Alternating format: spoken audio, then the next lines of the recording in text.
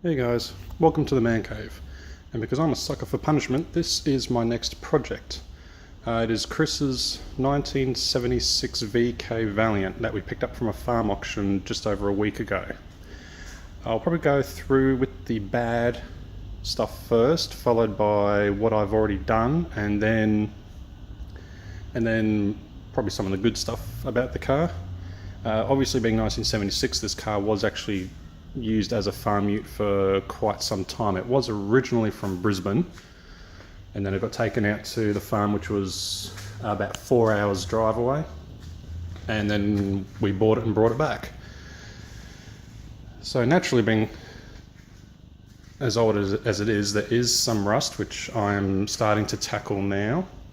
So as you can see, some rust up there, down there. Both sides behind the rear wheels is about the same, and then probably the worst bit is the tailgates. But luckily it seems to just be the outside skin that is rusted and damaged, so we've got another one on order, and I'll have to pull the tailgate off and swap out the skin. So that's probably the worst of it. There's also the rust hole there as well. These come with a trim piece that goes along here. So I was worried that under there was going to be rusted, but it's not. This car also had a piece of plywood that was screwed into the floor in the bed, and I was really worried that there was going to be a lot of rust there, but there's only some surface rust. We did look underneath the car before buying it, and it's all pretty tidy and pretty straight and rust free under there. Also, the sills are in good condition as well. So all the way along both sides. Another place that these cars are notorious for rusting out is behind the steering box, which this one is in good condition. So yeah, there is some cosmetic stuff that needs to be touched up, but I think considering the price and all the rest of it, it's actually not too bad. So the stuff I've already done so far is obviously I pulled these trims off to have a look, to see if there were any more surprises under there, because we could already see that bit there. So there's no surprises under there. There's no real surprises in the tray. It had this really weird roll bar jerry can holder roof rack thing, which I've ripped off. I think I've got some photos there of that. That was bolted into the tray, so I'm going to have holes there that I'm going to have to weld up. It also had a grandpa visor on the front, which back in the day what they used to do is drill 3 holes through the roof. So I've had to pull the hood lining out so I can weld them up. So what I've done so far is, so I pulled the hood lining out. So that's all come out, and there was mice nests up in there. So I got quite literally covered in crap while pulling that out. I believe there's a new roof lining on order. The seats a bit bloody ordinary, but we'll deal with that when we can. The dash is actually in really good condition. There's no cracks in it, everything works,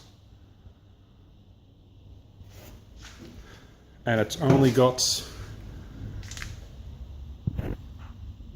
96,000 Ks, and they're apparently all original.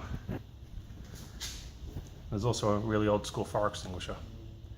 Door cards are in good condition, although the armrest on this side isn't too crash hot, but mechanically we've just been giving it a bit of a birthday. So oil, pulled out the old plugs, the old filter, and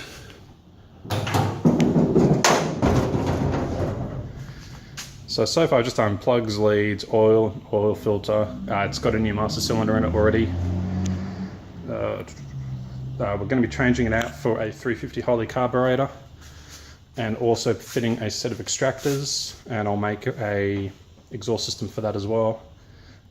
Probably look at swapping out the radiator possibly. Going to swap out that fan because I hate those metal fans. They scare the shit out of me.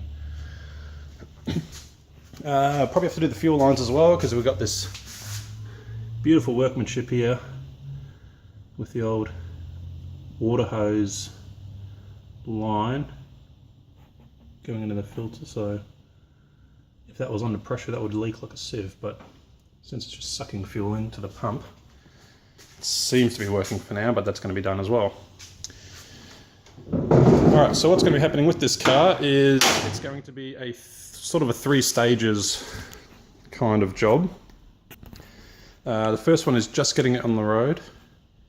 It's going to keep the 215 cubic inch motor in it for now with the 3-speed automatic. Just going to be touching up the rust, fixing up the seat, new wheels and tyres because these things are dry rotted, so yeah, that's going to fall apart in any minute now, and just get it registered. After that, at some point we'll start going over the panel work to do a full body colour change. Haven't quite decided what colour yet, but we'll get there at some point. And then a few years down the track, it's going to get a 472 big block Hemi in it. So this is my next project. Joy. Now I'm going to get stuck into it. I'm going to try and buy a better camera at some point because I'm just using my phone at the moment. And yeah, we'll see how we go.